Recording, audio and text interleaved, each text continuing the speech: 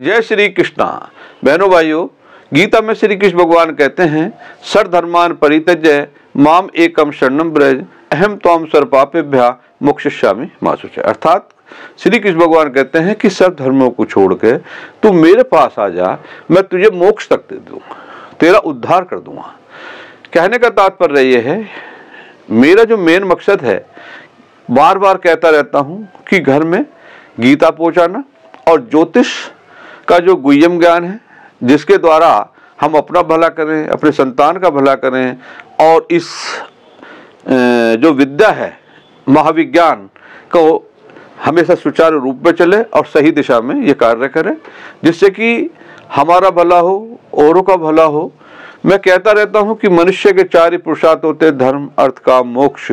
हम ऐसे काम करें, ऐसी पूजा पाठ करें, ऐसे उस परम पिता परमेश्वर शरण में जाएं कि जीव को वापस लौटना ना आए।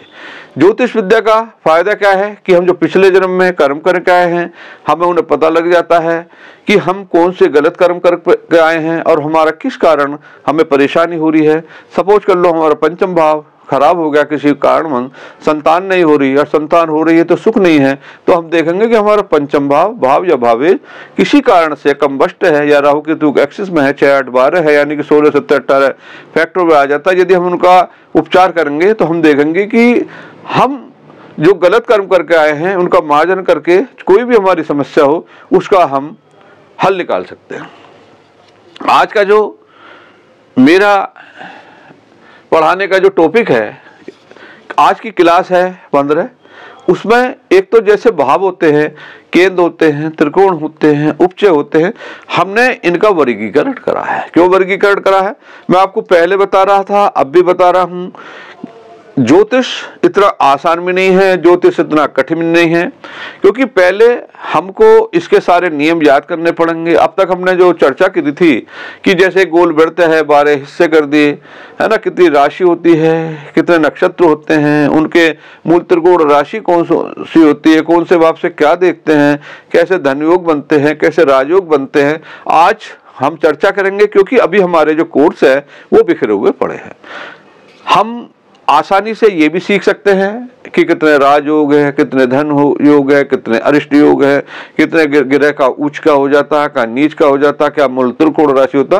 फिर मैंने पहले बताया था, अब भी बता रहा हूं, हम एक व्हाट्सएप ग्रुप बनाएंगे, हम एटेंडम किसी भी कुंडली को लगा दे करेंगे जैसे आप कहोगे, और हमारे वही फैक्टर होंगे कि सपोज कर लो हमारे लग्न को देखना है, माना सपोज उसकी हेल्थ देखनी है, यो भाव स्वामी दुष्ट हुई तो तत्से भाव बदस्ती, लग्न कहाँ चला गया, 16, 17, 18 फैक्टर होगा, कम्बस्ट तो नहीं हो गया, 6, 8, 12 तो नहीं चला गया, राहु केतु एक्सिस में तो नहीं आ गया, पाप ग्रह से दश नहीं होगा।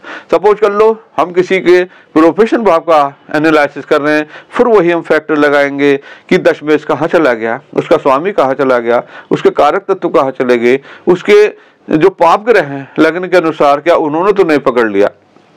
मेरा कहने का तात्पर्य ये है, मैं ज्योतिष को आपको इस तरीके से समझाऊंगा कि जो हमारे नियम हैं हम उन्हीं नियम को लगाए। ऐसा नहीं है कि हमने किसी की हमें पता लग गया भाई ये तो मिनिस्टर बन गया, हमने सारी सिद्ध उसकी ग्रह जो है सारी अच्छी सिद्ध कर दी।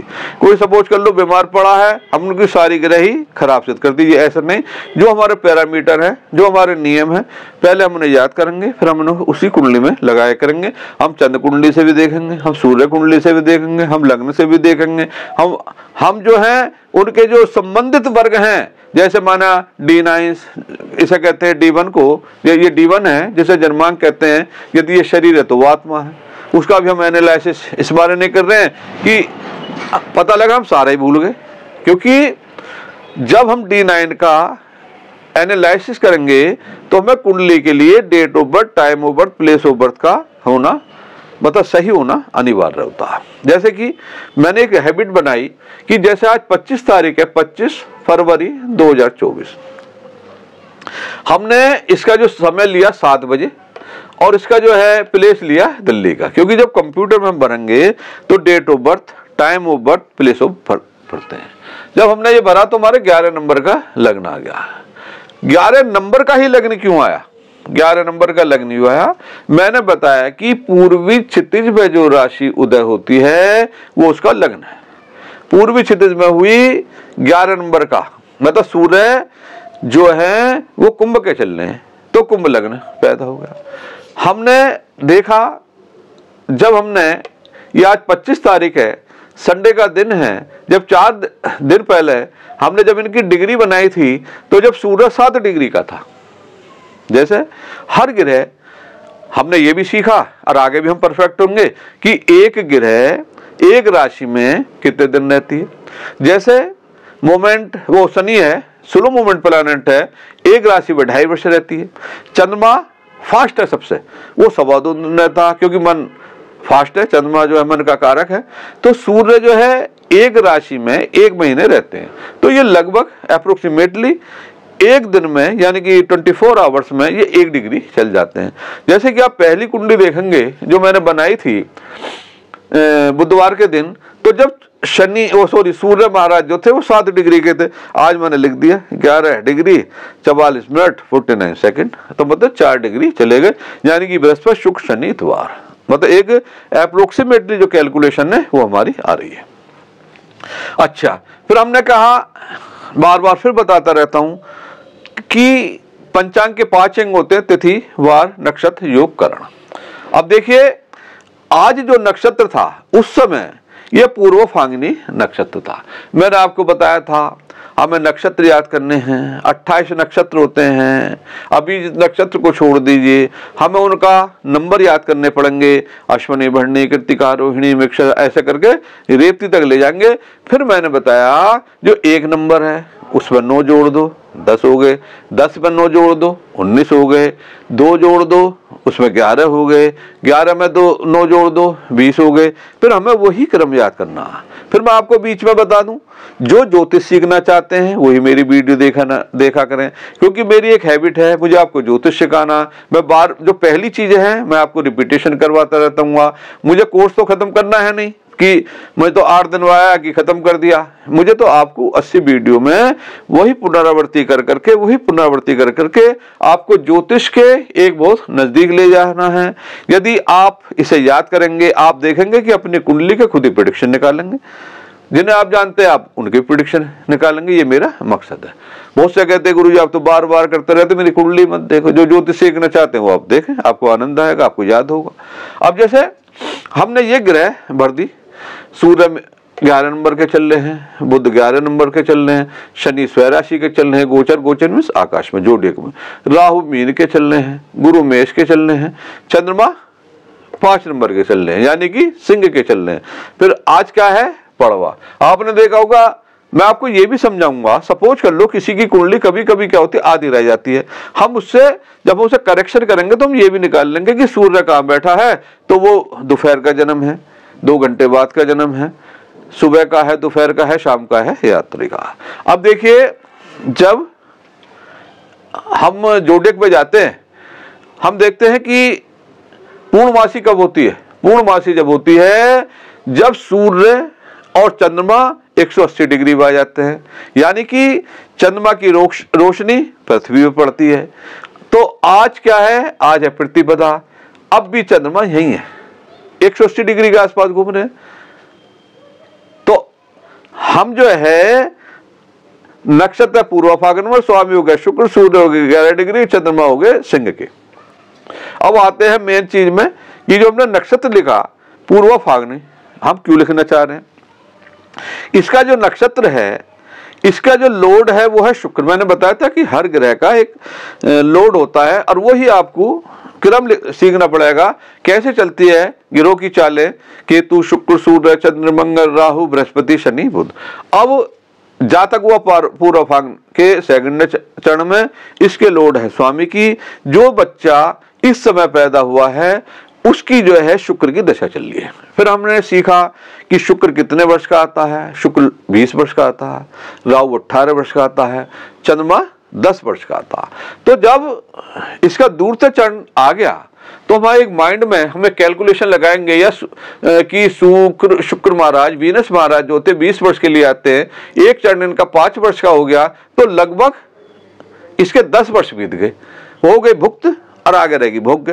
तो लगभग 10 वर्ष की अभी इनकी शुक्र महाराज की दशा बाकी है। तो ऐसे हम इन्हें जब अपने माइंड में पकड़ेंगे तो ये हमारे समझ में आ जाएगी।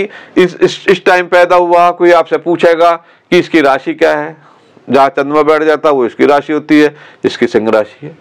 क्या जातक मंगली है, जब 1 4 7 8 12 में मंगली बैठ जाएगा तो जातक मंगली भी है। फिर हमने इसके वो भी सिद्ध किए कि यदि इन स्थानों में शनि या राहु बैठ जाता तो हम कहते हैं मांगलिक दोष समाप्त हो गया है, या कुछ विद्वान कहते हैं छाया। तो हम जब किसी को प्रेडिक्शन देंगे, लिख के देंगे कि आप मांगलिक है, लेकिन शनि आपके लग्न में बैठने के कारण मांगलिक दोष कुछ कम हो गया। मतलब ये जब हम प्रेडिक्शन निकालेंगे, ये हम चीज लिखना सीखेंगे, बताना सीखेंगे, और ज्योतिष के अनुसार उन्हें फलादेश भी करना सीखेंगे। ये हमारा ये हुआ। आज हमारा जो मेन मकसद है, हम भावों का वर्गीकरण करेंगे और नीच भंग राजयोग कैसा होता। देयर आर मैनी फैक्टर्स, की भी इसी चीज को भंग करने के अनेक साधन होते हैं। जैसे सपोज कर लो एक छोटा सा उदाहरण कि ये जो कुंडली है, ये अमिताभ बच्चन जी की कुंडली है। इसमें क्या है कि बुध उच्च का है, शुक्र नीच का है। तो जब मैं आपको अभी पेपर में जो लिख के दूंगा, जो फैक्टर है, उसमें एक नियम ये भी होता है, यदि कोई ग्रह नीच राशि स्थित है और उसी के साथ उच्च राशि स्थित ग्रह बैठ जाता है तो नीच भंग राजयोग कहते हैं। नीच भंग राजयोग का क्या फल होता है? नीच भंग राजयोग का ये होता है कि जब ये योग चलते हैं, ये दशाएं चलती हैं, तो प्रारंभ में थोड़ी परेशानी होती है, लेकिन एंड में जब उसकी दशा यानी कि अंतरदशा महादशा आती है तो जातक को अच्छे धन धान्य मिलते हैं, लेकिन कुछ परेशानियों के साथ। अब जैसे मैं आपको एक चीज समझाऊंगा, एक सिद्धांत बताया था मैंने जो हर कुंडली में लगता है। हमारे यहाँ ऋषि मुनियों में आपस में कंट्रोवर्सी बहुत है। जैसे कि सपोज कर लो कर्क के चतुर्थ भाव में फॉर एग्जाम्पल मंगल बैठे। मंगल किसके है? नीच के, चंद्रमा के। कर्क में नीच के होते हैं। कर्क का लोट कौन है? चंद्रमा। यदि किसी कारणवश चंद्रमा अपने घर में बैठ जाए तो नीच भंग राज होगा, या 10th हाउस में बैठे हैं अपने सप्तम दृष्टि से अपने घर को देख रहे तो योग खत्म हो गया, या लग्न में बैठ जा, या चंद्रमा से 1 4 7 10 में आ जा। मैंने आपको भी ये भी सिखाया था कि केंद्र क्या होते हैं। केंद्र होते हैं 1 4 7 10। त्रिकोण क्या होते हैं? क्योंकि लग्न दोनों में कॉमन होता, उसमें होते हैं 1 5 9। आज ये जो हमारे भाव हैं, केंद्र है, त्रिकोण है, धन भाव है, अष्टम भाव है, इनका आज हम वर्गीकरण भी सीखेंगे और नीच भंग राजयोग क्या होता है उसे भी आज समझेंगे। आइए अब समझते हैं हम इसे पेपर पर। जैसे कि मैंने आपको वर्बली बताया था, अब मैं आपको पेपर में बता रहा हूँ। जो मैंने एक एक शब्द लिखा है वो आपको बता रहा हूँ। क्लास आज 15वीं है, 80 क्लासों को हमें इसे पूरा करना है। पेज नंबर 1 है। फिर मैंने लिखा भावों का वर्गीकरण। फिर मैंने लिखा कुंडली के, इन्हें फिर आपको बता रहा हूँ। यदि आप ज्योतिष सीखना चाहते हैं, आप ज्योतिष में डेली 15 20 आध घंटा 1 घंटा आधा घंटा भी दे दिया आपने तो आप ज्योतिष सीख जाएंगे। लेकिन हमेशा ध्यान ये रहे कि जो आप पहला है उसे ना भूलें। आपने देखा होगा कि मैं बार बार रिपीटेड करता रहता हूँ। मैं केंद्र समझाने लगता हूँ 1 4 7 10। मैं त्रिकोण ही बता देता हूँ 1 5 9। मैं ये कह देता हूँ मंगल जो है कर्क में नीच का होता है, उच्च का मकर में होता है। तो मेरा कहने का तात्पर्य है कि जो हम नियम है उन्हें भूले ना, हमें याद करें। तो मैंने इस पे लिखा कुंडली के 12 भावों को कई प्रकार से विभाजित किया जाता है जो नीचे दिया गया है। इनके बाद में प्रयोग बहुत आएंगे।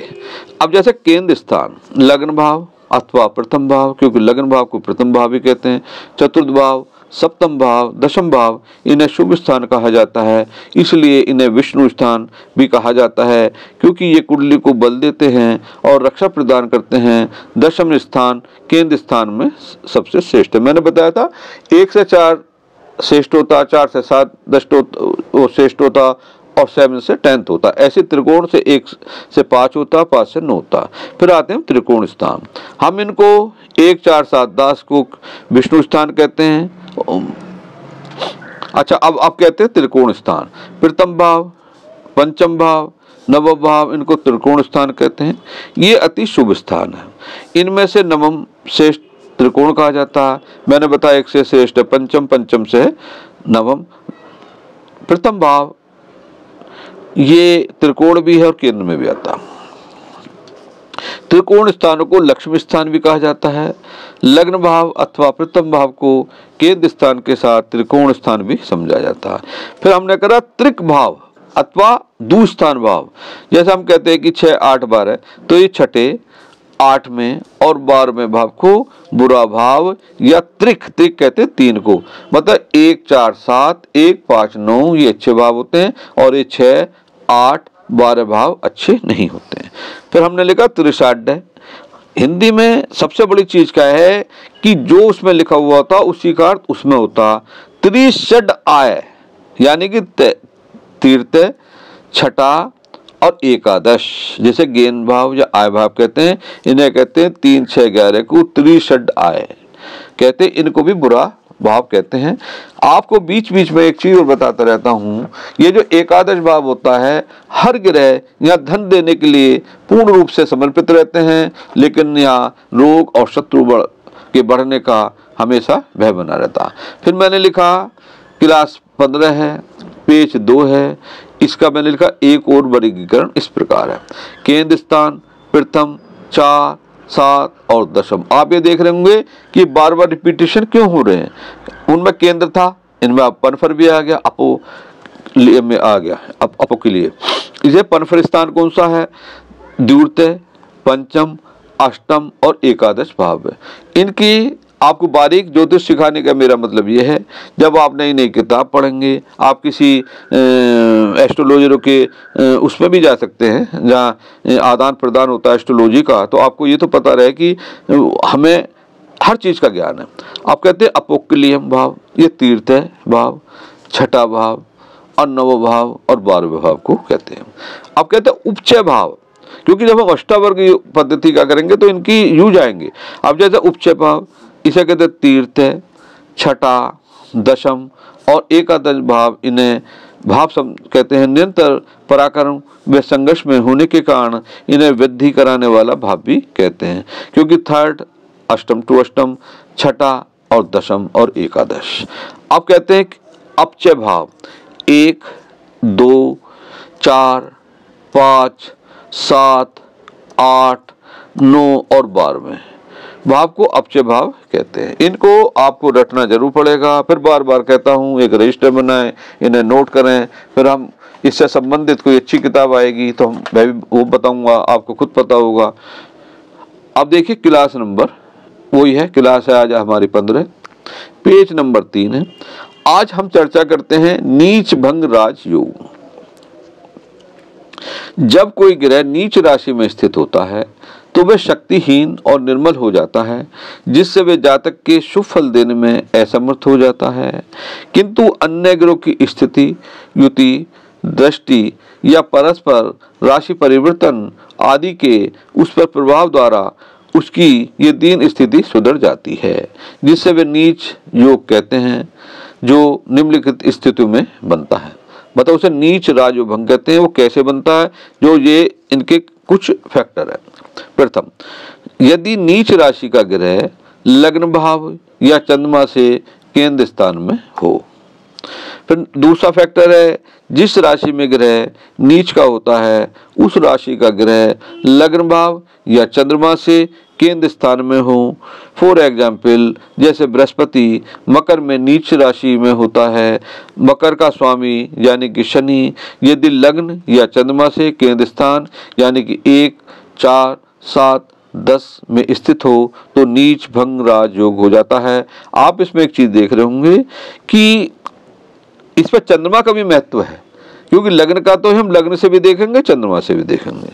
फिर आते हैं थर्ड नंबर में, जिस राशि में ग्रह नीच का होता है यदि उसी राशि में उच्च का होने वाला ग्रह लग्न या फिर वो चीज चलनी है, ग्रह लग्न या चंद्रमा से केंद्र स्थान में हो।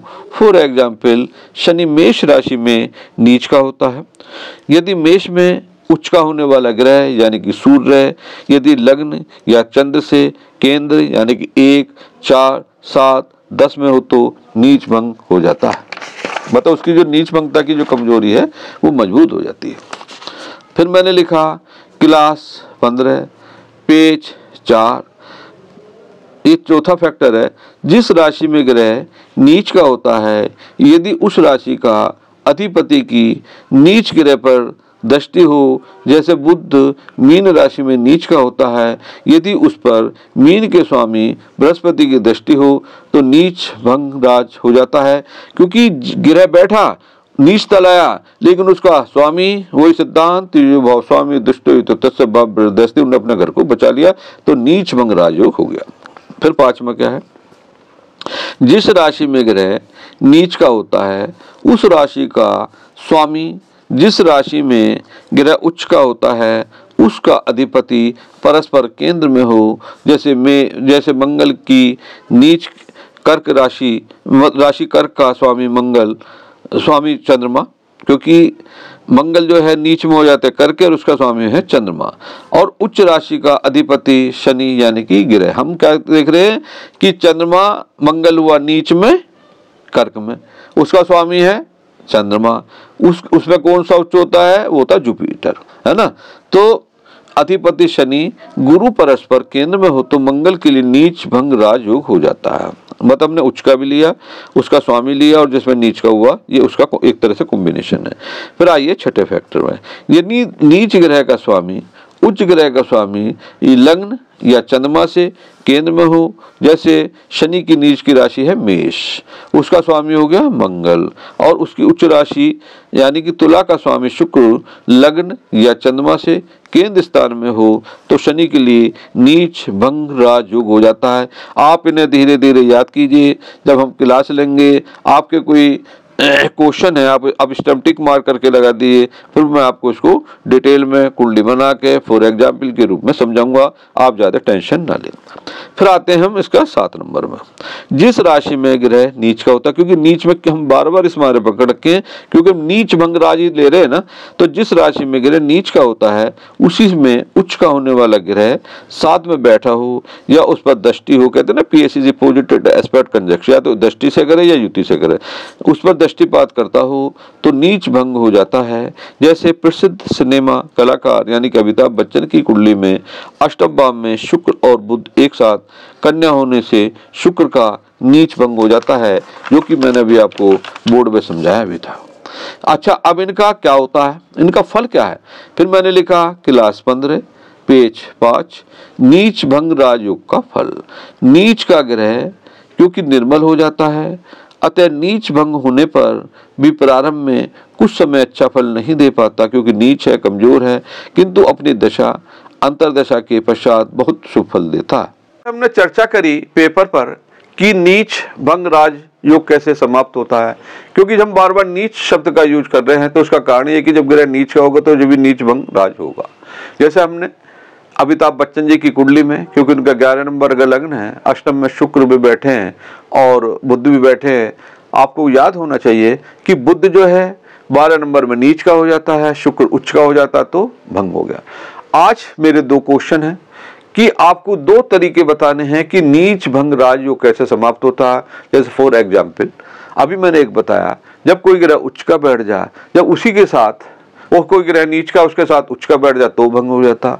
दूसरा तरीका ये होता है कि सपोज कर लो, मैंने आपको उसमें जो फैक्टर जो थे उसमें बताया था कि सपोज कर लो चतुर्थ भाव में मंगल नीच राशि स्थित है और उसका स्वामी जो कि चंद्रमा है 180 डिग्री पे बैठ के यानी कि दशम भाव में बैठ के अपने घर को देख रहा है, तो नीच भंग राज हो जाता। आपको 2 क्वेश्चन का ये जवाब देना। तीसरी बात यह है कि मैं आपके संडे को पूर्ण रूप से कोशिश करूंगा और आऊंगा, भगवान ने चाहा तो, करने वाले परमपिता परमेश्वर है, मैं लाइव आया करूंगा, उसमें आप जरूर जुड़ा करें, क्योंकि मैं कुंडलियों का एनालिसिस करूंगा, क्योंकि आप पढ़ रहे हैं, आप देखेंगे कि मेरे वही फैक्टर होंगे, वही नियम लगेंगे, कुंडली किसी की भी हो। जैसे सपोज कर लो किसी का चंद्रमा पीड़ित हो गया, राहु केतु के एक्सेस में आ गया, या 6 8 12 चला गया, कम्बस्ट आ गया, पाप ग्रह से दष्ट आ गया, तो जातक के मन में जरूर नेगेटिविटी होगी। सपोज कर लो किसी का पंचम भाव है, संतान भाव का भाव है, जिससे ग्रह पीड़ित होती हैं, वो इफेक्ट हम उस पर भी लगाएंगे। सपोज कर लो किसी का 10th हाउस है, प्रोफेशन भाव का स्वामी है, 6 8 12 चला गया, कम्बस्ट हो गया, राहु केतु के एक्सेस में हो गया, तो वही फिर फैक्टर लगाने। आप अवश्य जुड़ें, आप अटेंडम में आपकी भी कुंडली लगाता रहूंगा कभी भी, तो आप अपनी date of birth, time of birth, place of birth भेज दिया करें। तो मैं जैसे मुझे अच्छा लगा, सपोज कर लो मैं किसी की कुंडली में कोई योग ढूंढता हूं, या मैं मेष लग्न की कुंडली का एनालिसिस करना चाहता हूं, या सिंह लग्न की कुंडली का एनालिसिस करता हूं और इत्तेफाक से आपकी ही कुंडली है, तो मैं उसका अवश्य लगाऊंगा और आपको कुंडली का एनालिसिस कैसे करते हैं आप देखेंगे और खुद आप समझेंगे। फिर मिलेंगे ऐसी ज्ञानवर्धक वीडियो के साथ। जय श्री कृष्ण भगवान की।